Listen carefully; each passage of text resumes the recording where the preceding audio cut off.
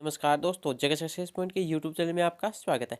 तो friends, last video में हमने एनपीसीएल और जो बीएआरसी में वर्क असिस्टेंट की जो वैकेंसीज थी उनके लिए जनरल साइंस के कुछ इंपॉर्टेंट क्वेश्चंस को डिस्कस किया था। आज का वीडियो है उसमें भी हम जनरल साइंस के कुछ इंपॉर्टेंट क्वेश्चंस हैं वो डिस्कस करने वाले हैं। ये सेकंड नंबर का पार्ट है। अगर फर्स्ट पार्ट आपने अभी तक नहीं देखा है तो अभी जाकर आप चैनल पर जाकर उसको देख सकते हैं। इसमें बिल्कुल उसी एग्जाम पैटर्न पर आधारित क्वेश्चंस हैं वो हमने कलेक्ट किए हैं, जैसे कि इसमें आने वाले हैं। इसके एनपीसीएल के जो प्रीवियस ईयर पेपर जो हुए थे उसी के आधार पर हमने इन क्वेश्चंस को प्रिपेयर किया है कि उसमें किस प्रकार के क्वेश्चंस पूछे जाते हैं। तो उसी सिलेबस उसी पैटर्न पर आधारित इन क्वेश्चंस को तैयार किया है। तो आप वीडियो में बने रहें और वीडियो को अंत तक जरूर देखें। सभी क्वेश्चंस हैं वो आपके लिए बहुत ही इंपॉर्टेंट में एग्जाम में आने लायक क्वेश्चंस हैं। तो आज की इस वीडियो को शुरू करते हैं। तो डिफेंस आज का हमारा इसमें पहला क्वेश्चन है, निम्नलिखित में से किसे एक संदेहक या लुब्रिकेंट के रूप में भी प्रयोग किया जाता है। तो ऑप्शन है 4। इनमें यह बताना है कि कौन सा है जिसे संदेहक या फिर लुब्रिकेंट के रूप में भी जाना जाता है। तो किसको जाना जाता है? तो वो जाना जाता है ग्रेफाइट को। ग्रेफाइट होता है ये कार्बन का ही एक प्रकार होता है और इसको लुब्रिकेंट के रूप में मशीनों में प्रयुक्त किया जाता है। तो ऑप्शन नंबर बी है वो इसका करेक्ट आंसर हो जाएगा। नेक्स्ट क्वेश्चन की बात करें तो वो है, लिफ्ट में मनुष्य का प्रत्यक्ष वजन वास्तविक वजन से कम कब होता है। मतलब कोई मनुष्य है वो लिफ्ट में अंदर बैठा हुआ है तो उसको अपना वास्तविक वजन है वो कम कब महसूस होता है, ये हमें बताना है। तो ये कब महसूस होता है? जब लिफ्ट तेज गति से नीचे जा रही हो। मतलब जब लिफ्ट है वो तेज गति से नीचे जा रही हो तो जो वजन होता है वो वास्तविक वजन से कम प्रदर्शित होता है या फिर हमें दिखाई देता है। और जब भार है वो अधिक कब महसूस होता है? तो वो महसूस होता है जब लिफ्ट है वो त्वरित गति से ऊपर जा रही होती हो, तब हमें भार है वो अधिक महसूस होता है। नेक्स्ट क्वेश्चन है, रॉकेट की गति पर निम्नलिखित में से कौन सा संरक्षण सिद्धांत लागू होता है। तो रॉकेट की जो गति होती है उस पर कौन सा संरक्षण सिद्धांत होता है वो लागू होता है। तो कौन सा लागू होता है? वो लागू होता है संवेग संरक्षण का नियम। संवेग का जो संरक्षण का जो नियम होता है वो रॉकेट की गति पर उसके संरक्षण का नियम है वो लागू होता है। नेक्स्ट क्वेश्चन है, मानव शरीर का भार होता है। तो मानव शरीर का जो भार होता है वो अधिकतम या फिर न्यूनतम है वो कहाँ पर होता है? तो वो ध्रुवों पर अधिकतम होता है। कहाँ पर होता है? ध्रुवों पर हम जब मानव को लेकर जाते हैं तो उसका जो वजन होता है वो अधिक हो जाता है। तो क्या हो जाएगा? ऑप्शन नंबर ए, ध्रुवों पर अधिकतम इसका राइट आंसर हो जाएगा। नेक्स्ट क्वेश्चन है, इलेक्ट्रिक बल्ब की खोज किसने की। तो इलेक्ट्रिक जो बल्ब होता है हमारे घरों में जो बल्ब होता है इलेक्ट्रिक बल्ब, तो उसकी जो खोज है वो किसने की थी। तो वो खोज किसने की थी? वो की थी थॉमस एडिसन ने। किसने की थी? एडिसन ने इलेक्ट्रिक बल्ब है उसकी खोज की थी। वही हम बात करें अलेक्जेंडर ग्राहम बेल की, तो इन्होंने किसकी खोज की थी? तो इन्होंने टेलीफोन की खोज की थी। किसकी की थी? टेलीफोन की खोज है वो ग्राहम बेल ने की थी। तो आप याद कर सकते हैं बेल, तो फोन में क्या बजती है? बेल या फिर रिंग बजती है। तो उसी के आधार पर अलेक्जेंडर ग्राहम बेल है उन्होंने टेलीफोन की खोज की थी और थॉमस एडिसन है उन्होंने इलेक्ट्रिक बल्ब की खोज की थी। नेक्स्ट क्वेश्चन की बात करें तो नेक्स्ट क्वेश्चन है, वर्षा की बूंद की गोलाकार आकृति का कारण होता है। जो वर्षा की जो बूंद हमारे पृथ्वी पर या फिर फर्श पर कहीं पर पड़ती है तो वो गोलाकार दिखाई देती है, तो उसका प्रमुख कारण होता है वो क्या होता है? तो वो होता है पृष्ठ तनाव। क्या हो जाएगा? पृष्ठ तनाव होता है वो उसका मुख्य कारण होता है, जिसको इंग्लिश में बात करें तो हम इसको सरफेस टेंशन भी बोलते हैं, जिसके कारण जो वर्षा की बूंद होती है वो गोलाकार दिखाई देती हैं।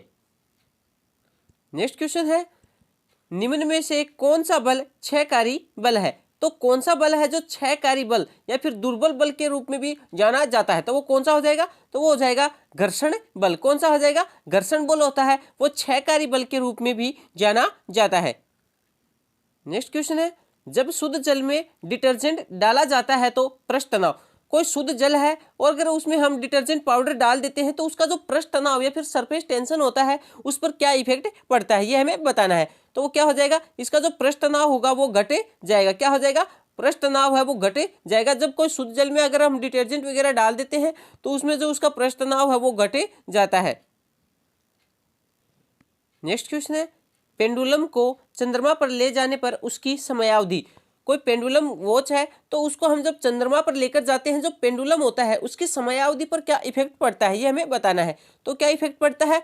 तो वो हो जाएगा क्या इफेक्ट, उसकी समयावधि पर क्या फर्क पड़ेगा, वो बढ़ जाती है, क्या हो जाएगी, बढ़ जाएगी। पेंडुलम के जो मतलब समयावधि होती है, मान लो इस प्रकार से कोई पेंडुलम है तो वो इस प्रकार से ऐसे घूमता है, इधर से इधर आता है, तो उसकी जो समयावधि पर क्या इफेक्ट पड़ेगा, तो वो समयावधि उसकी बढ़ जाएगी, मतलब कि आवर्तकाल है वो इसका क्या हो जाएगा, वो घटे जाता है।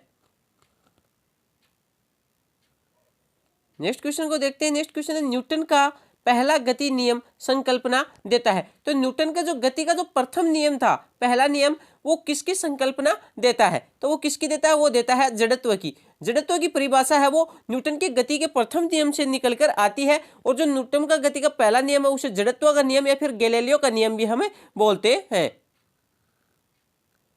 नेक्स्ट क्वेश्चन को देखते हैं। नेक्स्ट क्वेश्चन है, कौन सा तापक्रम सेंटीग्रेड और फारेनहाइट दोनों मापक्रमों में एक समान है। तो कौन सा टेम्परेचर या फिर तापक्रम होता है जो सेंटीग्रेड और जो फारेनहाइट दोनों पैमाने होते हैं तापक्रम मापने के लिए, तो उनमें समान होता है, तो वो कितना डिग्री हो जाएगा, वो हो जाएगा -40 डिग्री। तो -40 डिग्री पर सेंटीग्रेड जो टेम्परेचर मापी होता है और जो फारेनहाइट तापक्रम मापी होता है, वो दोनों क्या होते हैं, समान होते हैं। नेक्स्ट क्वेश्चन है, जब बर्फ को 0 डिग्री से 10 डिग्री सेंटीग्रेड तक गर्म किया जाता है तो जल का आयतन, मतलब कोई बर्फ है उसको 0 डिग्री सेंटीग्रेड से जब हम 10 डिग्री सेंटीग्रेड तक गर्म करते हैं तो उसके आयतन पर क्या इफेक्ट पड़ता है, तो उसका आयतन है वो पहले तो क्या हो जाएगा, कम हो जाता है, और उसके बाद क्या हो जाएगा, बढ़ जाता है। तो ऑप्शन नंबर डी, पहले कम होता है और उसके बाद बढ़ता है, वो इसका राइट आंसर हो जाएगा। नेक्स्ट क्वेश्चन है, अशुद्धियों के कारण द्रव्य का क्वथनांक पर प्रभाव पड़ता है। तो कोई द्रव्य है, अगर उसमें हम अशुद्धियां या फिर नमक वगैरह मिला देते हैं तो उसका जो क्वथनांक या फिर बॉइलिंग पॉइंट बोलते हैं, तो उस पर क्या इफेक्ट पड़ता है, तो वो क्या फर्क पड़ता है, तो वो बढ़ जाता है, क्या हो जाएगा, उसका क्वथनांक है वो बढ़ जाता है। कोई भी द्रव्य है अगर हम उसमें अशुद्धियां मिला देते हैं तो उसका क्वथनांक है, बॉइलिंग पॉइंट है, वो बढ़ जाता है। और जो द्रव्य का जो क्वथनांक होता है वो दाब बढ़ाने पर बढ़ता है और दाब घटाने पर क्या होता है, घटता है, ये आप याद रखेंगे। नेक्स्ट क्वेश्चन है, दो प्राथमिक रंग लाल और नीले के मिश्रण से कौन सा सेकेंडरी रंग प्राप्त होता है। दो प्राथमिक रंग है लाल और नीला, कौन सा हो जाएगा, रेड हो जाएगा, और एक कौन सा हो जाएगा, एक ब्लू, नीला। तो इनके जब मिश्रण करते हैं तो कौन सा सेकेंडरी रंग है वो हमें प्राप्त होता है, तो वो कौन सा प्राप्त होता है, वो होता है हमें मेजेंटा प्राप्त होता है। कौन सा प्राप्त होता है, मेजेंटा रंग होता है वो प्राप्त होता है। लाल और जब नीले रंग को हम मिलाते हैं तो उससे सेकेंडरी रंग मेजेंटा है वो प्राप्त होता है। नेक्स्ट क्वेश्चन है, एक कटा हुआ हीरा क्यों जगमगाता है। मतलब कोई कटा हुआ हीरा है तो वो और अधिक जगमगाता है या फिर चमकता है, तो वो किसके कारण चमकता है ये हमें बताना है। तो वो किसके कारण चमकता है, वो चमकता है पूर्ण आंतरिक परावर्तन के कारण। किसके कारण चमकता है, पूर्ण आंतरिक परावर्तन के कारण एक कटा हुआ हीरा है वो अत्यधिक चमकता है।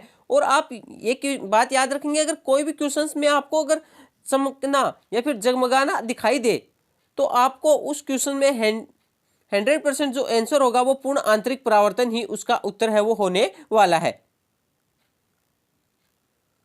नेक्स्ट क्वेश्चन है, एक वस्तु दो समानांतर समतल दर्पणों के बीच रखी जाती है तो बने प्रतिबिंबों की संख्या है।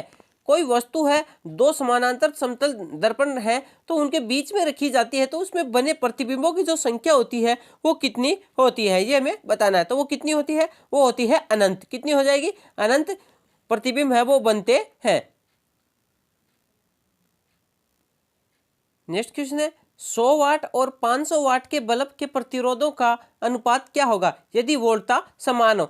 कोई दो, एक 100 वाट का और एक 500 वाट के दो बल्ब हैं तो उनका प्रतिरोधों का जो अनुपात है वो हमसे पूछा है कि क्या होने वाला है अगर इनकी वोल्टता समान हो। हम जानते हैं जो इसमें कोई बल्ब वगैरह होता है तो उसमें जो उसकी शक्ति होती है, शक्ति मान लेते हैं P1 और P2 है, तो वो शक्ति होती है वो किसके बराबर होती है, वो समानुपाती या फिर व्युत्क्रमानुपाती होती है आर के। प्रतिरोध के क्या होती है, शक्ति व्युत्क्रमानुपाती होती है, ये हम जानते हैं। तो उसमें जो शक्ति दी हुई है वो P1 कितनी दी हुई है, वो 100 दी हुई है, और P2 कितनी है, वो 500 दी हुई है। जब हम इसको काटते हैं तो 1/5 होता है, ये P1 अपॉन में P2 का मान होता है, ये शक्ति का मान होता है। तो शक्ति होती है वो प्रतिरोध का व्युत्क्रम होती है, तो R का जो अनुपात होगा वो कितना होगा, वो होगा 5:1 होने वाला है। तो इसका जो शक्ति का जो अनुपात होगा वो उसके उल्टा प्रतिरोध का अनुपात होने वाला है। तो ऑप्शन नंबर बी 5:1 है वो इसका राइट आंसर हो जाएगा। नेक्स्ट क्वेश्चन है, परमाणु शक्ति संयंत्र किस सिद्धांत पर काम करता है? तो परमाणु शक्ति संयंत्र जो न्यूक्लियर रिएक्टर होते हैं या फिर नाभिक के जो भट्टियां वगैरह होती हैं, तो वो किस सिद्धांत पर कार्य करती हैं? तो वो किस पर कार्य करती हैं? तो वो करती हैं नाभिकीय विखंडन पर। किस पर करती हैं? नाभिकीय विखंडन पर ये सिद्धांत पर कार्य करती हैं। नेक्स्ट क्वेश्चन है, घर की सुरक्षित विद्युत सप्लाई के लिए उपयोग में लाने वाली फ्यूज तार किस धातु की बनी होती है? तो उसका क्या होगा, मतलब कोई घर में जो हम फ्यूज तार यूज करते हैं तो उस धातु की बनी होती है जिसका क्या होता है, गलनांक कम होता है। क्या होता है? जिसका गलनांक कम होता है वो उस धातु की फ्यूज तार है वो बनी होती है। साथ में जिसका उच्च प्रतिरोध एवं कम गलनांक होता है उसी धातु की फ्यूज तार है वो बनी होती है। तो आप याद रखेंगे फ्यूज तार है वो, उसमें मुख्य कारण क्या होगा, कम गलनांक और उच्च प्रतिरोध। नेक्स्ट क्वेश्चन है, निम्नलिखित में से कौन धातु चुंबक द्वारा आकर्षित नहीं होती है? तो ये एनपीसीएल में प्रीवियस ईयर एग्जाम में आया हुआ क्वेश्चन है कि कौन सी धातु है जो चुंबक द्वारा आकर्षित नहीं होती है? तो वो कौन सी नहीं होती है? तो वो हो जाएगा एल्यूमिनियम। एल्यूमिनियम जो धातु होती है वो चुंबक द्वारा आकर्षित नहीं होती है। चुंबक होता है वो लोहा, निकल और कोबाल्ट, इन तीनों को तो क्या करता है, आकर्षित कर लेता है, और जो एल्यूमिनियम होता है उसको आकर्षित नहीं करता है। तो ऑप्शन नंबर डी एल्यूमिनियम है वो इसका राइट आंसर हो जाएगा। तो डियर फ्रेंड्स, आई होप आपको वीडियो पसंद आया हुआ है। अगर वीडियो पसंद आए तो प्लीज़ एक लाइक जरूर करें और अपने फ्रेंड्स में शेयर जरूर करें। अगर चैनल पर पहली बार है तो प्लीज़ चैनल को सब्सक्राइब जरूर करें। धन्यवाद।